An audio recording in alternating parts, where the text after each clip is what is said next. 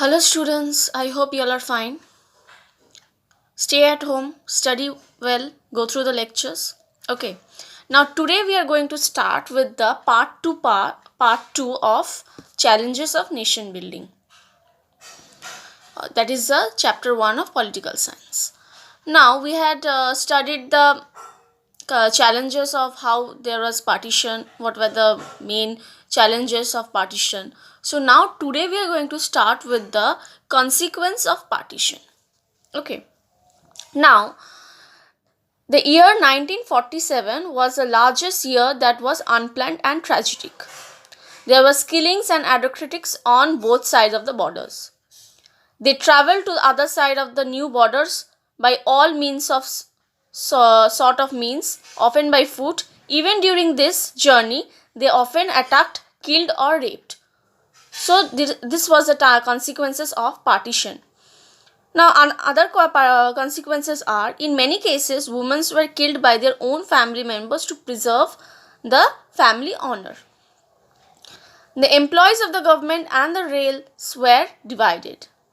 It is estimated that partition forced about 80 lakh people to migrate across the country. Okay, between 5 to 10 lakh were killed in partition related violence.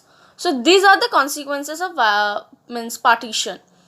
See, it was basically the time where tension, conflict was taking place in the country and in the borders, and the family members were also killing their own ones to save the honor of their family. So this was a very hard time when there was partition. So these are the consequences. Then comes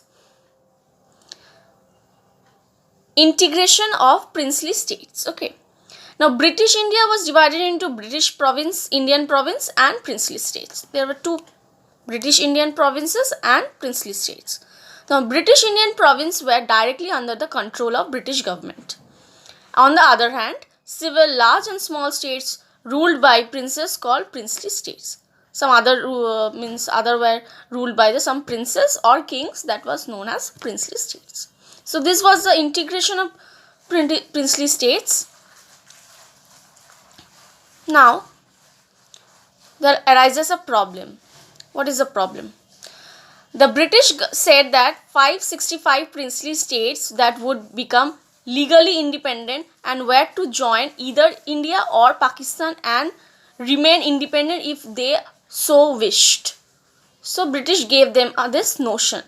If they wish, they can be part of India or Pakistan if they wish to become an independent nation.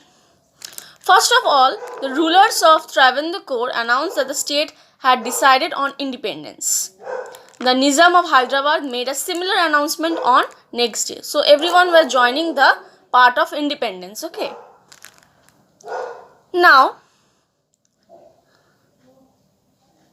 government's approach.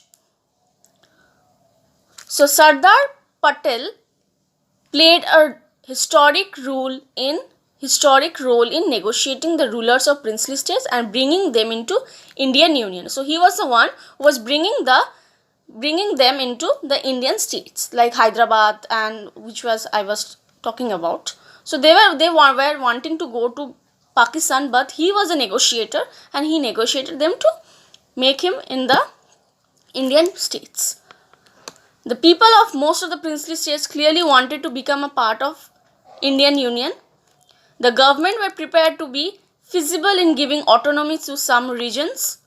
Some rulers were not to join and they were forced to join India. So some rulers like Hyderabad were not liking to join our Indian state, but most of them were liking to join them. So some were not liking, so they were forced to join Indian state to become an independent nation. So this was the second part of this chapter, nation building of political science, chapter 1, book 2.